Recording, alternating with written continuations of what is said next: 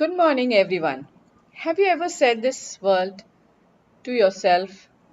I'll do this work later, or maybe I'll begin this work tomorrow, or some other day. Um, Maybe I'll start it the next day, but that work never begins. Have you ever had this experience? Yes, I'm sure you might have had. Myself, Babita Rani, founder of Peak Performer and author of Perform Your Way to Success, today will give you the reasons for procrastination and how you can overcome it by a very simple technique. What can be the reasons for procrastination? 90% of the people must have procrastinated their work in some time of their life, and 20% of them are in habit of procrastination. So what may be the reasons for this? One common reason for this is that our brain is designed in such a way that we do not want to work which makes us uncomfortable. So 90% of the people procrastinate because they do not want that uncomfortable feeling. They always want to remain in a comfortable feeling, and not doing anything gives you a very comfortable feeling. So you don't want to do any task, and you keep on saying, I'll do it later, I'll do it later, I'll do it later. For some, it is fear of either criticism, embarrassment, rejection. These are some of the causes for some people. Some people don't start their work because they think this is not okay, this is not perfect. I'll try next time and make it more perfect, and then I'll do it this. Perfection is just a trauma. It never comes to you, and that is just because you had this fear of criticism or embarrassment, looking stupid in front of others.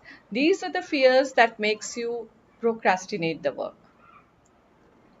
Many people don't start a work because they don't believe in themselves. Their self-esteem is very low. And another reason, and something related to bio, is deficiency of some vitamins and minerals. This also leads to procrastination, especially the deficiency of vitamin B12 and vitamin D3. So now you know the reasons for procrastination. How can we overcome it? How can we stop procrastinating so that we do our work in time and have a successful life? Three simple ways are to get aware of what you are feeling inside yourself. This feeling is associated with procrastination. So you have to be aware of your feeling. Then, once you are aware of your feeling, you have to reconnect yourself with your intention. That means, what was the purpose of doing that work? If that work is very important, you should do that work so that you get a result after you do it. And the third one is, once you know the purpose why you were doing it, you create the intention, then you take the action. But remember, when you take action in micro steps. The step should be very small so that your brain does not say, don't do it now, you can do it later. Make a very small step so that your brain says, okay, this is for a very short period, and you begin the work.